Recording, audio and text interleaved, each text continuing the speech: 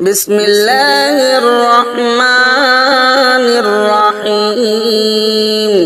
الحمد لله الذي أنزل على عبده الكتاب ولم يجعل له عوجا قيما لينذر بأسا شديدا من لدنه ويبشر المؤمنين الذين يعملون الصالحات أن لهم أجرا حسنا ماكثين فيه أبدا وينذر الذين قالوا اتخذ الله ولدا ما لهم به من علم ولا لآبائهم كبرت كلمة تخرج من أفواههم إن يقولون إلا كذبا فلعلك باخع نفسك على آثارهم إن لم يؤمنوا بهذا الحديث أسفا إنا جعلنا ما على الأرض زينة لها لنبلوهم أيهم أحسن عملا وإنا لجاعلون ما عليها صعيدا جرزا أم حسبت أن أصحاب الكهف والرقيم كانوا من آياتنا عجبا إذا والفتية إلى الكهف فقالوا ربنا آتنا من لدنك رحمة وهيئ لنا من أمرنا رشدا فضربنا على آذانهم في الكهف سنين عددا ثم بعثناهم لنعلم أي الحزبين أحصى لما لبثوا أمدا نحن نقص عليك نبأهم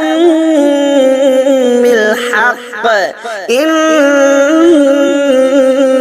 فتية آمنوا بربهم وزدناهم هدى وربطنا على قلوبهم إذ قاموا فقالوا ربنا رب السماوات والأرض لن ندعو من دونه إلها لقد قلنا إذا شططا هؤلاء قوم اتخذوا من دونه آلهة لولا يأتون عليهم بسلطان بين فمن أظلم ممن افترى على الله كذبا وإذ اعتزلتموهم وما يعبدون إلا الله فأووا إلى الكهف ينشر لكم ربكم من رحمته ويهيئ لكم من أمركم مرفقا وترى الشمس إذا طلعت تزاور عن كهفهم ذات اليمين وإذا غربت تقرضهم ذات الشمال وهم في فجوة منه ذلك من آيات الله من يهد الله فهو المهتد ومن يضلل فلن تجد له وليا مرشدا وتحسبهم أيقاظا وهم رقود ونقلبهم ذات اليمين وذات الشمال وكلبهم باسط ذراعيه بالوصيد لو اطلعت عليهم لوليت منهم فرارا ولملئت منهم رعبا وكذلك بعثناهم ليتساءلوا بينهم قال قائل منهم كم لبثتم قالوا لبثنا يوما أو بعض يوم قالوا ربكم أعلم بما لبثتم فابعثوا أحدكم بورقكم هذه إلى المدينة فلينظر أيها أزكى طعاما فليأتكم برزق منه وليتلطف ولا يشعرن بكم أحدا إنهم إن يظهروا عليكم يرجموكم أو يعيدوكم في ملتهم ولن تفلحوا إذا أبدا وكذلك أعثرنا عليهم ليعلموا أن وعد الله حق وأن الساعة لا ريب فيها إذ يتنازعون بينهم أمرهم فقالوا ابنوا عليهم بنيانا ربهم أعلم بهم قال الذين غلبوا على أمرهم لنتخذن عليهم مسجدا سيقولون ثلاثة رابعهم كلبهم ويقولون خمسة سادسهم كلبهم رجما بالغيب ويقولون سبعة وثامنهم كلبهم قل ربي أعلم بعدتهم ما يعلمهم إلا قليل فلا تمار فيهم إلا مراء ظاهرا ولا تستفت فيهم منهم أحدا ولا تقولن لشيء إني فاعل ذلك غدا إلا أن يشاء الله واذكر ربك إذا نسيت وقل عسى أن يهديني ربي لأقرب من هذا رشدا ولبثوا في كهفهم 300 سنين وازدادوا 9 قل الله أعلم بما لبثوا له غيب السماوات والأرض أبصر به واسمع ما لهم من دونه من ولي ولا يشرك في حكمه أحدا واتل ما أوحي إليك من كتاب ربك لا مبدل لكلماته ولا تجد من دونه ملتحدا واصبر نفسك مع الذين يدعون ربهم بالغداة والعشي يريدون وجهه ولا تعد عيناك عنهم تريد زينة الحياة الدنيا ولا تطع من أغفلنا قلبه عن ذكرنا واتبع هواه وكان أمره فرطا وقل الحق من ربكم فمن شاء فليؤمن ومن شاء فليكفر إنا أعتدنا للظالمين نارا أحاط بهم سرادقها وإن يستغيثوا يغاثوا بماء كالمهل يشبي الوجوه بئس الشراب وساءت مرتفقا إن الذين آمنوا وعملوا الصالحات إنا لا نضيع أجر من أحسن عملا أولئك لهم جنات عدن تجري من تحتهم الأنهار يحلون فيها من أساور من ذهب ويلبسون ثيابا خضرا من سندس واستبرق متكئين فيها على الأرائك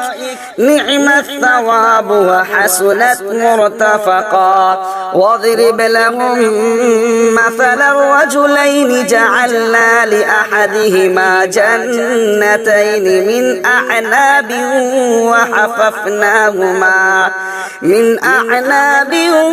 وحففناهما بنخل وجعلنا بينهما زرعا كلتا الجنتين آتت أكلها ولم تظلم منه شيئا وفجرنا خلالهما نهرا وكان له ثمر فقال لصاحبه وهو يحاوره أنا أكثر منك مالا وأعز نفرا ودخل جنته وهو ظالم لنفسه قال ما أظن أن تبيد هذه أبدا وما أظن الساعة قائمة ولئن رددت إلى ربي لأجدن خيرا منها منقلبا قال له صاحبه وهو يحاوره أكفرت بالذي خلقك من تراب ثم من نطفة ثم سواك رجلا لكن هو الله ربي ولا أشرك بربي أحدا ولولا إذ دخلت جنتك قلت ما شاء الله لا قوة إلا بالله إن ترني أنا أقل منك مالا وولدا فعسى ربي أن يؤتيني خيرا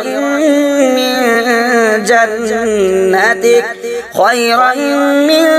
جنتك ويرسل عليها حسبانا من السماء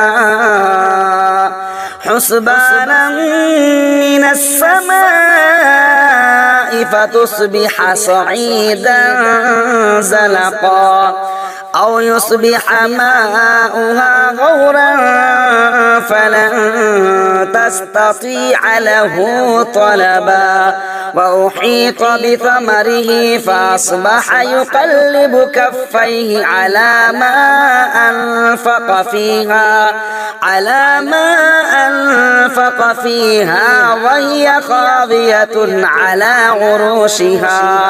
على عروشها ويقول يا ليتني لم أشرك بربي أحدا ولم تكن له فئة ينصرونه من دون الله وما كان منتصرا هنالك الولاية لله الحق هو خير ثوابا وخير خير عقبا واضرب لهم مثل الحياة الدنيا كماء إن أنزلناه من السماء فاختلط به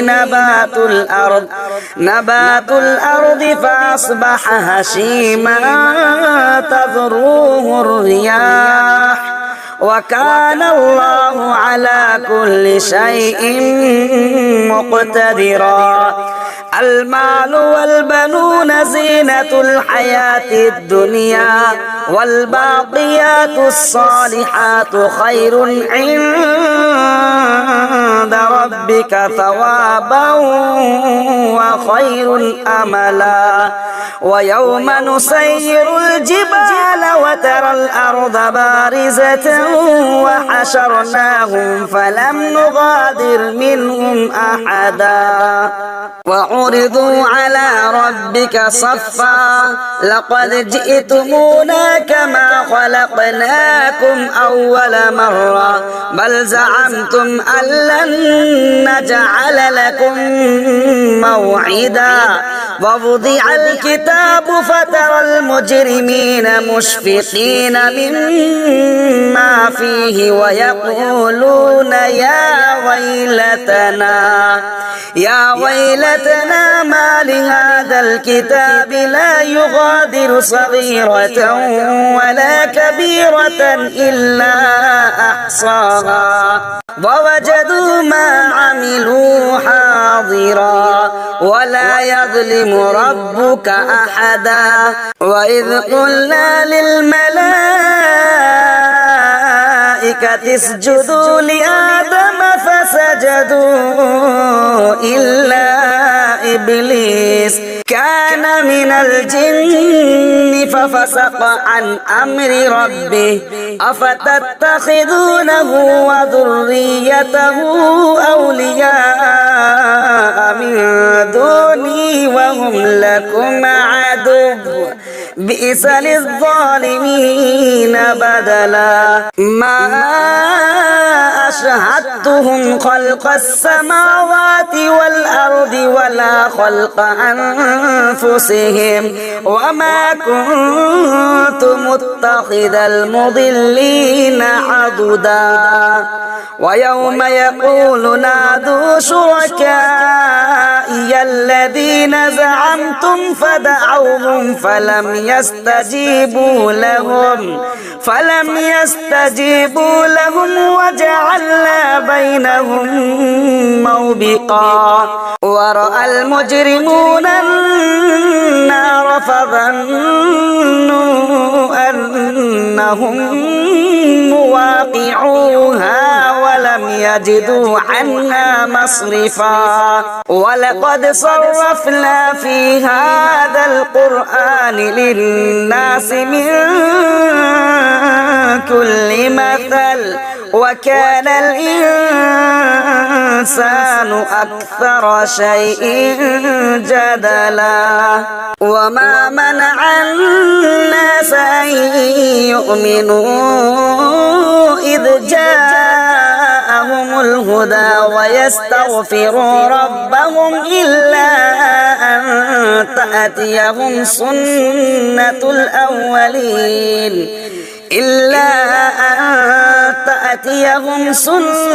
الأولين أو يأتيهم العذاب قبلا وما نرسل المرسلين إلا مبشرين ومنذرين ويجادل الذين كفروا بالباطل ليدحضوا به الحق واتخذوا آياتي وما أنذروا هزوا ومن أظلم ممن ذكر بآيات ربه فأعرض عنها ونسي ما قدمت يداه إنا جعلنا على قلوبهم أكنة أن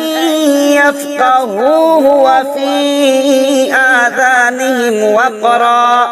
وإن تدعهم إلى الهدى فلن يهتدوا إذا أبدا وربك الغفور ذو الرحمة لو يؤاخذهم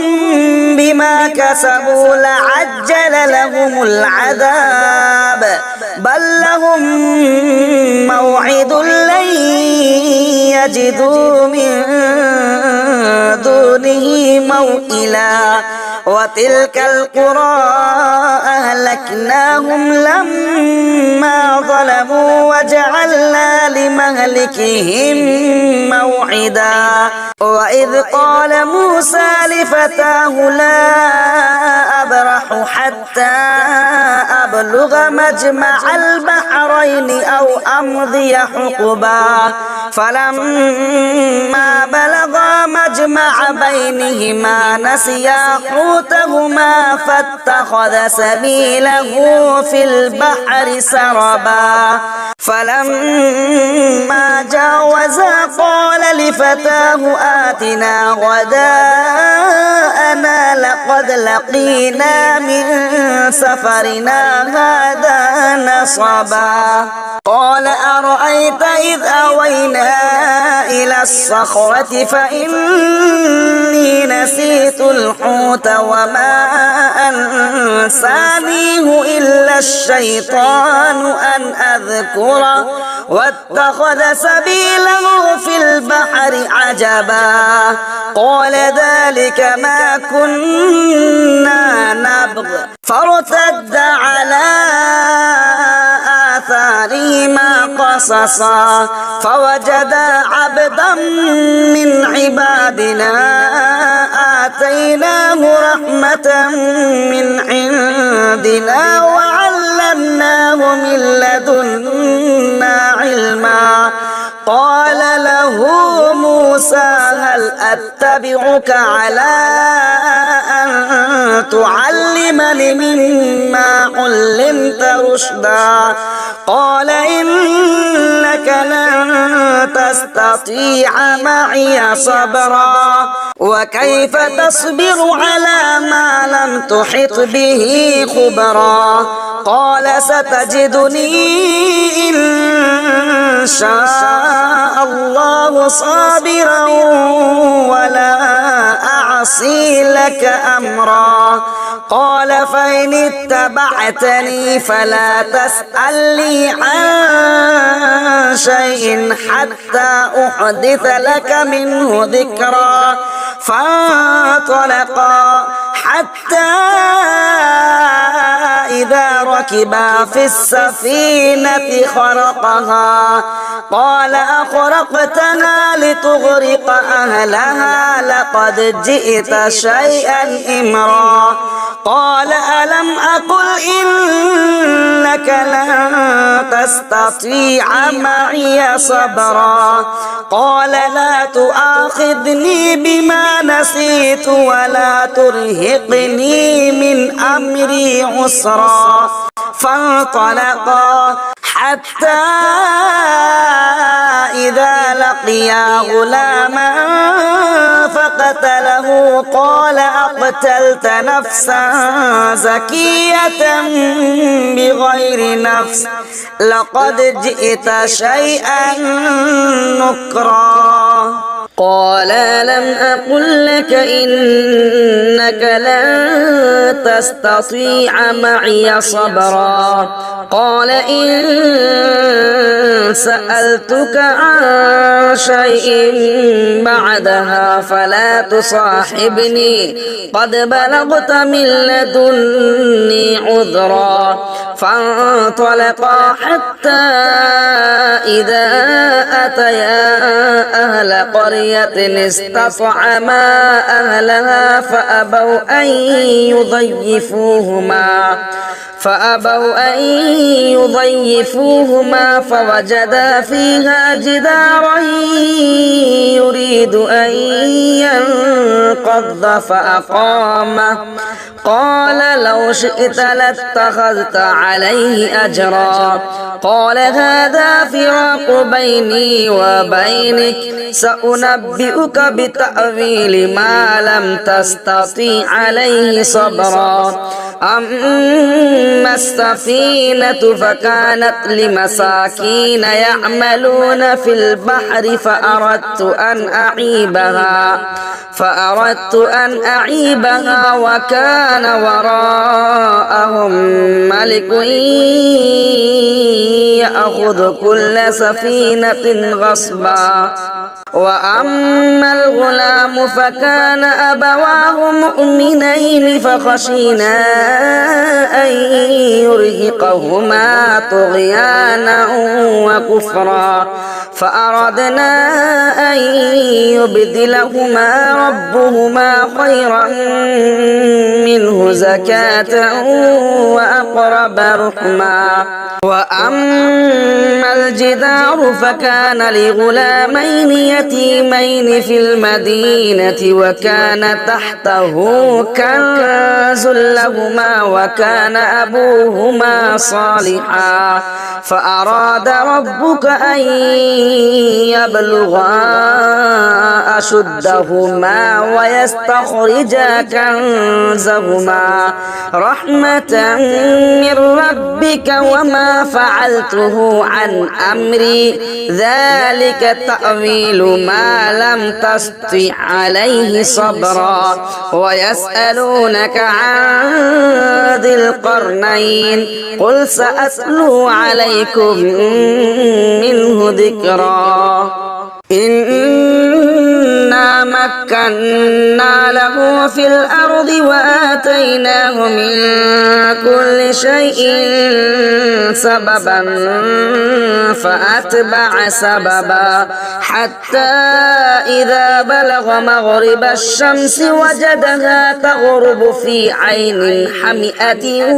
ووجد عندها قوما قلنا يا ذا القرنين إما أن تعذب وإما أن تتخذ فيهم حسنا قال أما من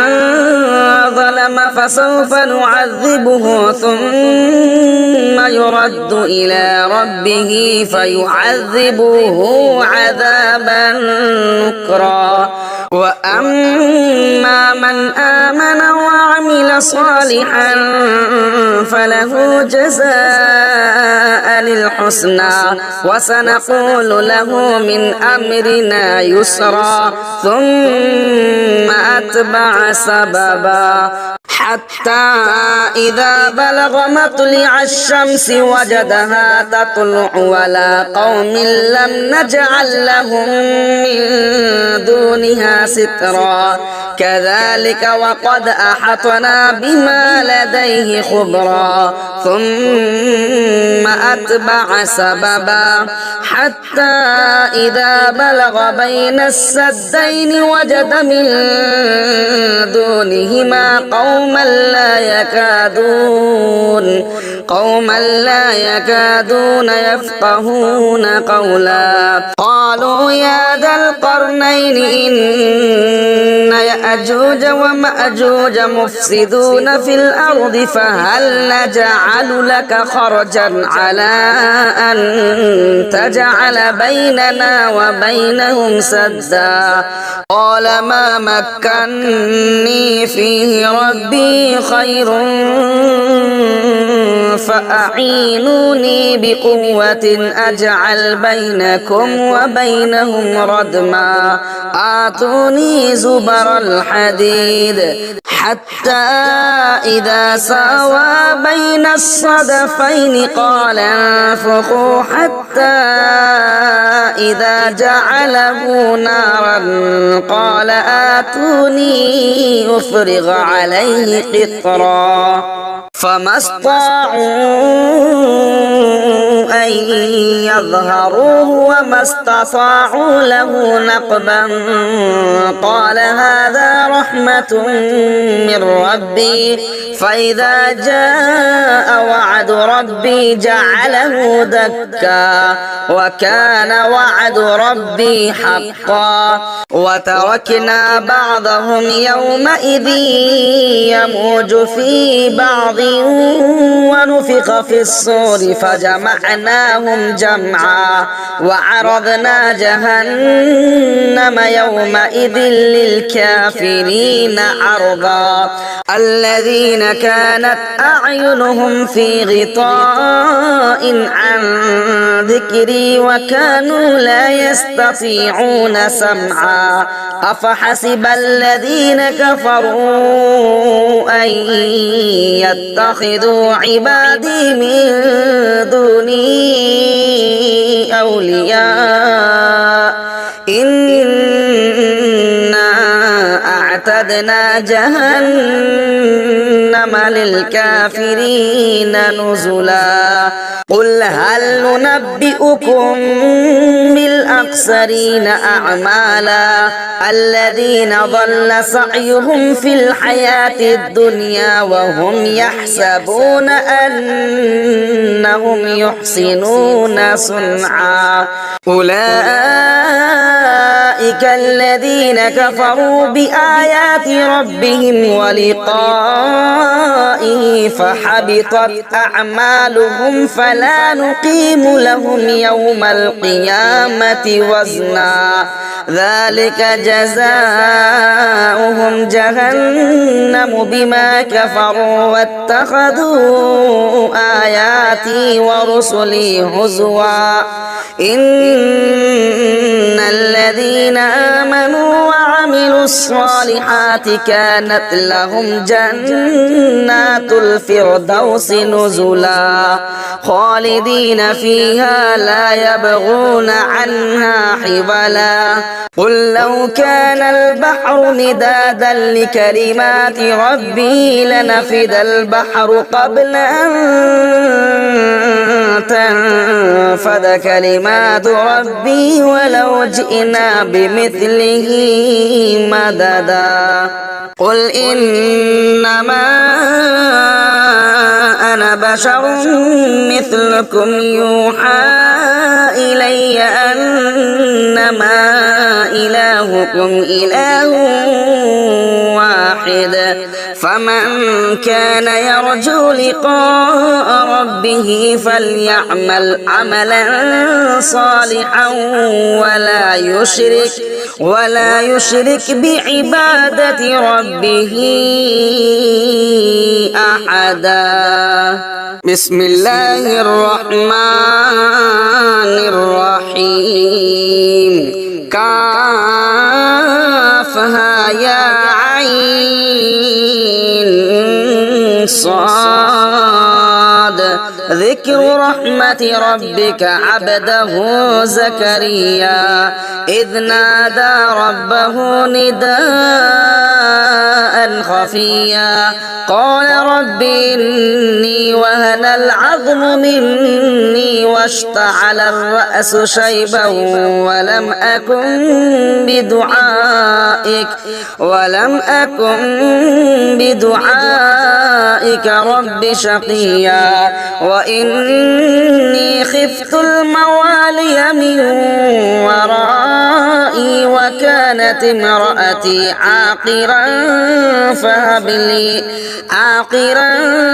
فهب لي من لدنك وليا يرثني ويرث من آل يعقوب واجعله رب رضيا يا زكريا إنا نبشرك بغلام اسمه يحيى لم نجعل له من قبل سميا قال رب أنى يكون لي غلام وكانت امرأتي عاقرا وقد بلغت من الكبر عتيا قال كذلك قال ربك هو علي هين وقد خلقتك من قبل ولم تك شيئا قال رب اجعل لي آية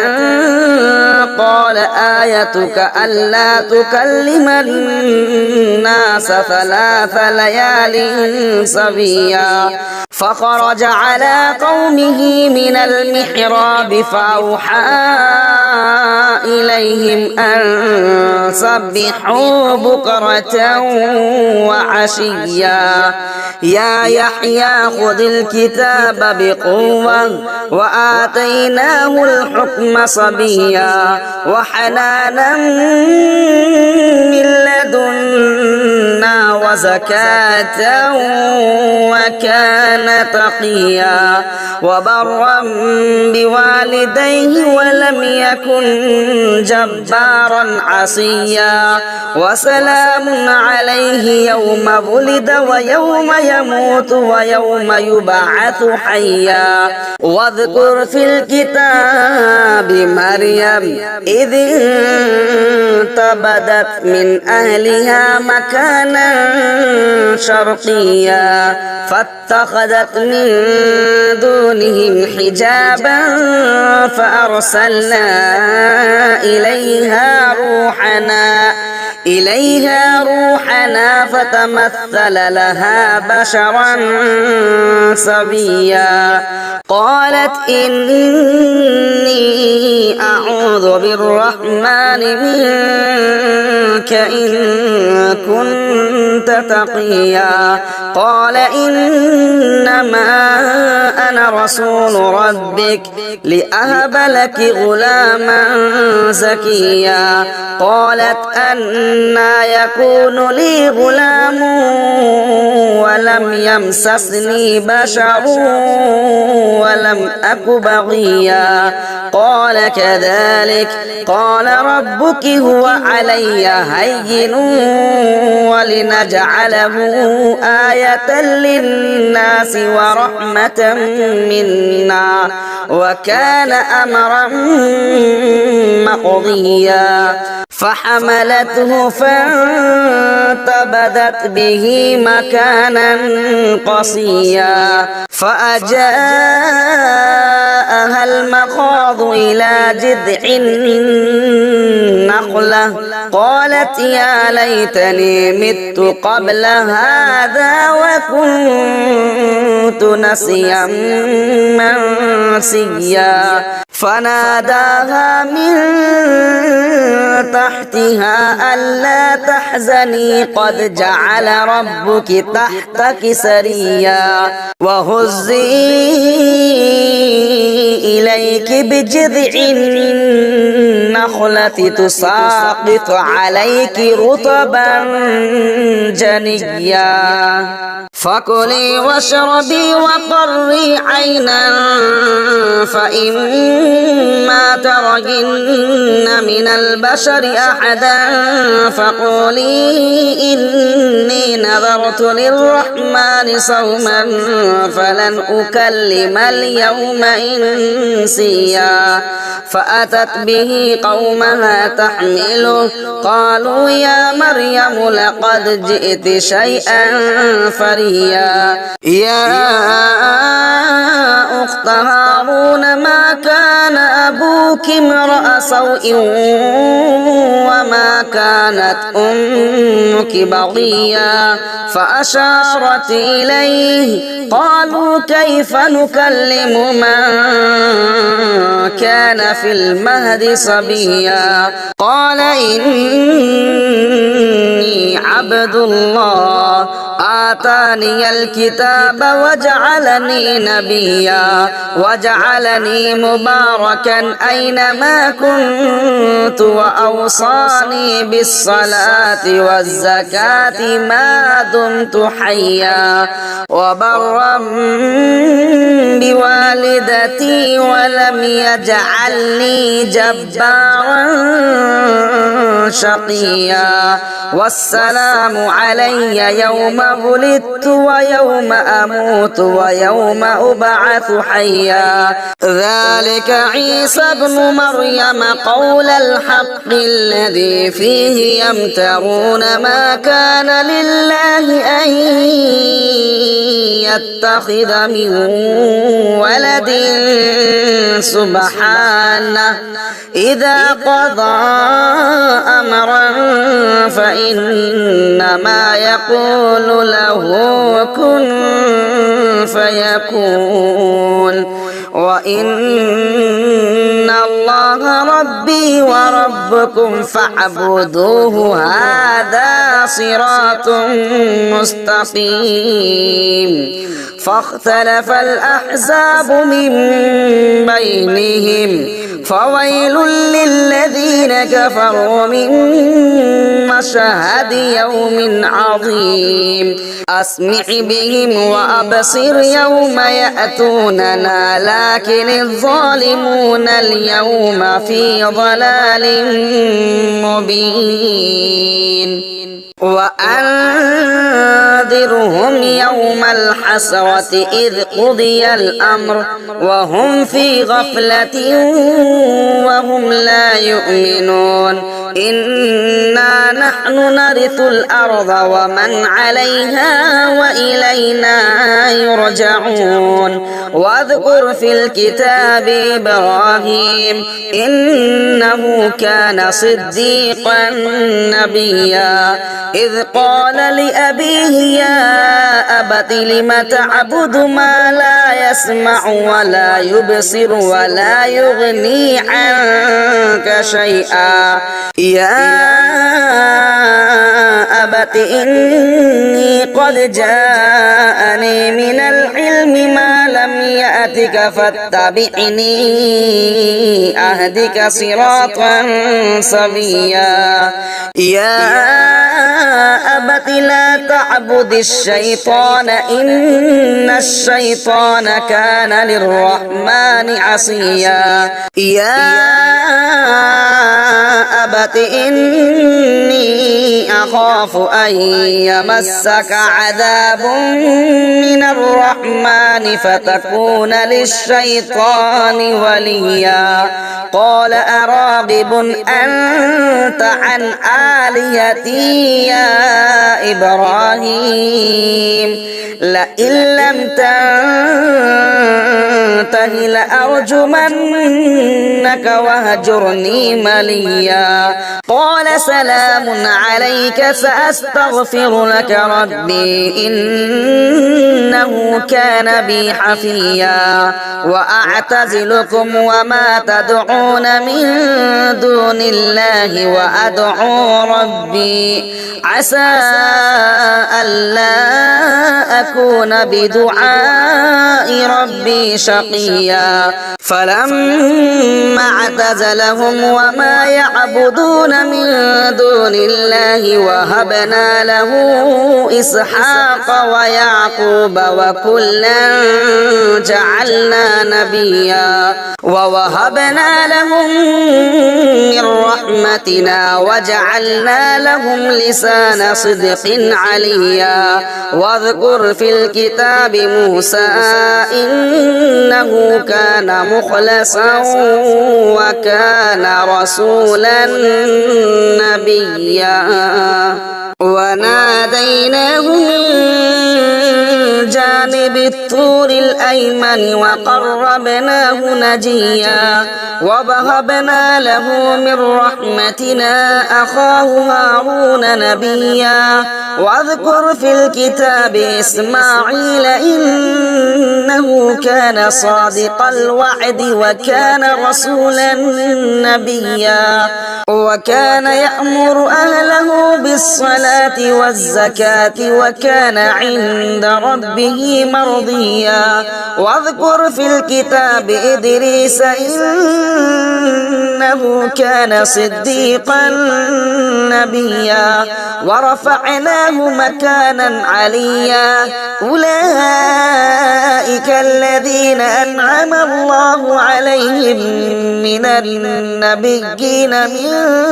ذرية ذرية آدم وممن حملنا مع نوح ومن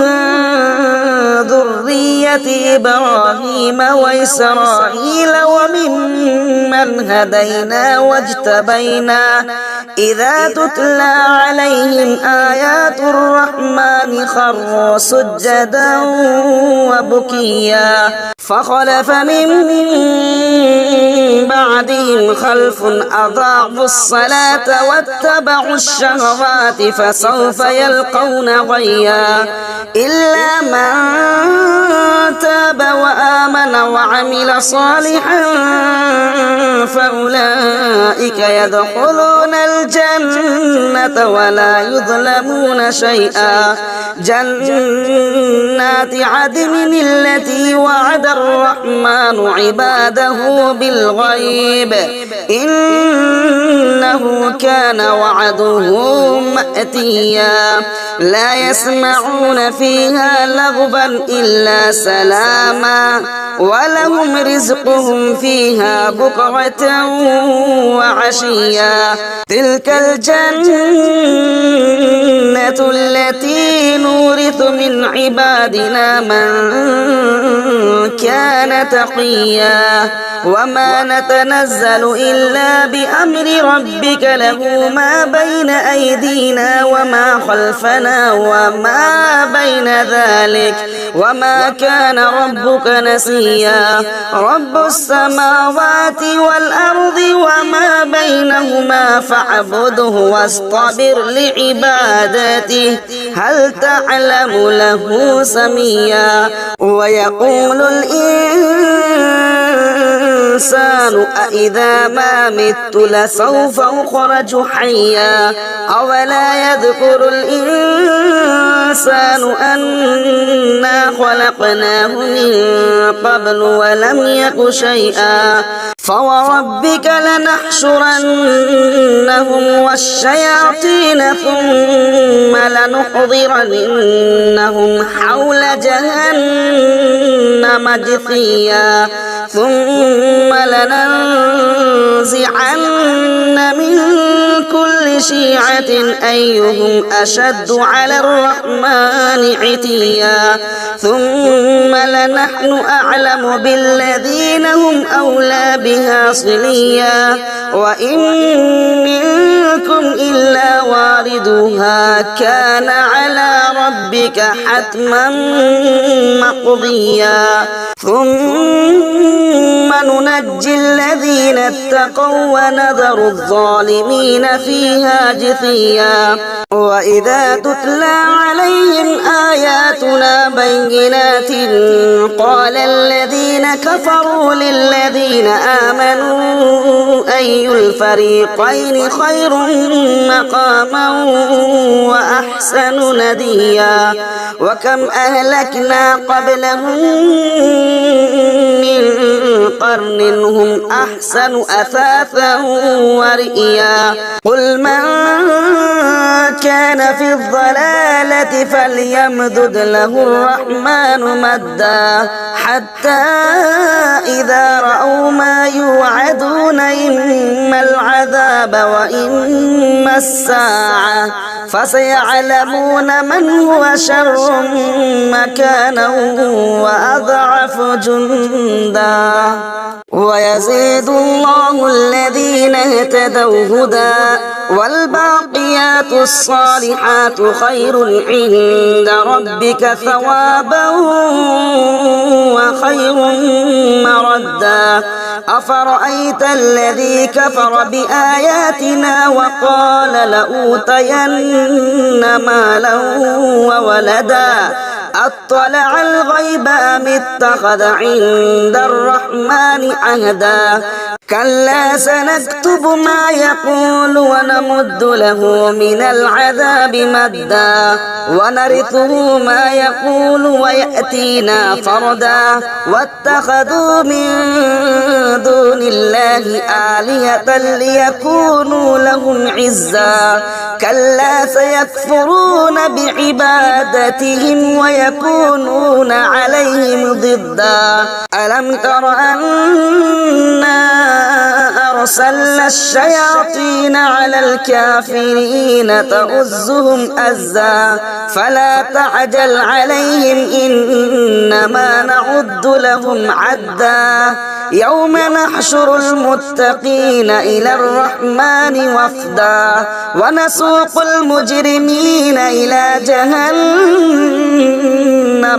وردا لا يملكون الشفاعة إلا من اتخذ عند الرحمن عهدا وقالوا اتخذ الرحمن ولدا لقد جئتم شيئا إدا تكاد السماوات يتفطرن منه وتنشق الأرض وتخر الجبال هدا أن دعوا للرحمن ولدا وما ينبغي للرحمن أن يتخذ ولدا إن كل من في السماوات والأرض إلا آتي الرحمن عبدا لقد أحصاهم وعدهم عدا وكلهم آتيه يوم القيامة فردا إن الذين آمنوا وعملوا الصالحات سيجعل لهم الرحمن ودا فإنما يسرناه بلسانك لتبشر به المتقين وتنذر به قوما لدا وكم أهلكنا قبلهم من قرن هل تحس منهم من أحد أو تسمع لهم ركزا بسم الله الرحمن الرحيم طه ما أنزلنا عليك القرآن لتشقى إلا تذكرة لمن يخشى تنزيلا ممن خلق الأرض والسماوات العلى الرحمن على العرش استوى له ما في السماوات وما في الأرض وما بينهما وما تحت الثرى وإن تجهر بالقول فإنه يعلم السر وأخفى الله لا إله إلا هو له الأسماء الحسنى وهل أتاك حديث موسى إذ رأى نارا فقال لأهلهم كثوا إني آنست نارا لعلي آتيكم منها بقبس أو أجد على النار هدى فلما أتاها نودي يا موسى إني أنا ربك فاخلع عليك إنك بالوادي المقدس طوى وأنا اخترتك فاستمع لما يوحى إنني أنا الله لا إله إلا أنا فاعبدني وأقم الصلاة لذكري إن الساعة آتية أكاد أخفيها لتجزى كل نفس بما تسعى فلا يصدنك عنها من لا يؤمن بها واتبع هواه فتردى وما تلك بيمينك يا موسى قال هي عصاي أتوكأ عليها وأهش بها على غنمي ولي فيها مآرب أخرى قال ألقها يا موسى فألقاها فإذا هي حية تسعى قال خذها ولا تخف سنعيدها سيرتها الأولى واضمم يدك إلى جناحك تخرج بيضاء من غير سوء آية أخرى لنريك من آياتنا الكبرى اذهب إلى فرعون إنه طغى قال رب اشرح لي صدري ويسر لي أمري واحلل عقدة من لساني يفقهوا قولي واجعل لي وزيرا من أهلي هارون اشدد به أزري وأشركه في أمري كي نسبحك كثيرا ونذكرك كثيرا إنك كنت بنا بصيرا قال قد أوتيت سؤلك يا موسى ولقد مننا عليك مرة أخرى إذ أوحينا إلى أمك ما يوحى أن اقذفيه في التابوت فاقذفيه في اليم فليلقه اليم بالساحل يأخذه عدو لي وعدو له وألقيت عليك محبة مني ولتصنع على عيني إذ تمشي أختك فتقول هل أدلكم على من يكفله فرجعناك إلى أمك كي تقر عينها ولا تحزن وقتلت نفسا فنجيناك من الغم وفتناك فتونا فلبثت سنين في أهل مدين ثم جئت على قدري يا موسى واصطنعتك لنفسي اذهب أنت وأخوك بآياتي ولا تنيا في ذكري اذهبا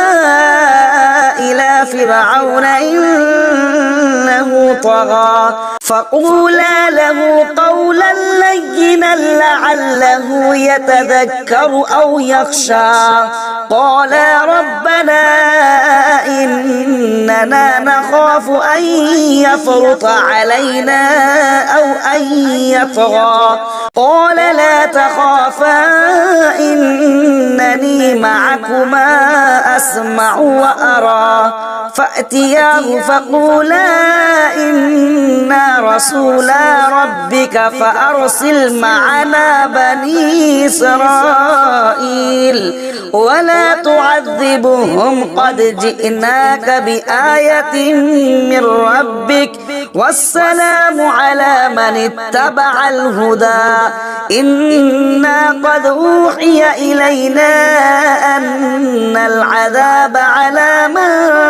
كذب وتولى قال فمن ربكما يا موسى قال ربنا الذي أعطى كل شيء خلقه ثم هدى قال فما بال القرون الأولى قال علمها عند ربي في كتاب لا يضل ربي ولا ينسى الذي جعل لكم الأرض مهدا وسلك لكم فيها سبلا وأنزل من السماء ماء فأخرجنا به أزواجا من نبات شتى كلوا وارعوا أنعامكم إن في ذلك لآيات لأولي النهى منها خلقناكم وفيها نعيدكم ومنها نخرجكم تارة أخرى ولقد أريناه آياتنا كلها فكذب وأبى قال أجئتنا لتخرجنا من أرضنا بسحرك يا موسى فلنأتينك بسحر مثله فاجعل بيننا وبينك موعدا لا نخلفه نحن ولا أنت مكانا سوى قال موعدكم يوم الزينة وأن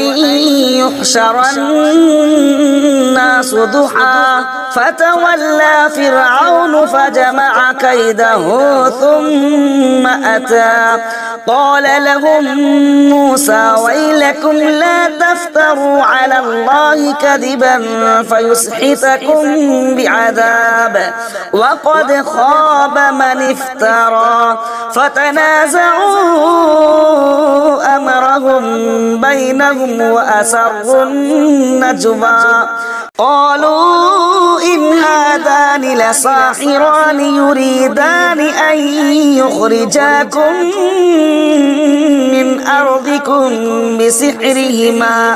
من أرضكم بسحرهما ويذهبا بطريقتكم المثلى فأجمعوا كيدكم ثم أتوا صفا وقد أفلح اليوم من استعلى قالوا يا موسى إما أن تلقي وإما أن نكون أول من ألقى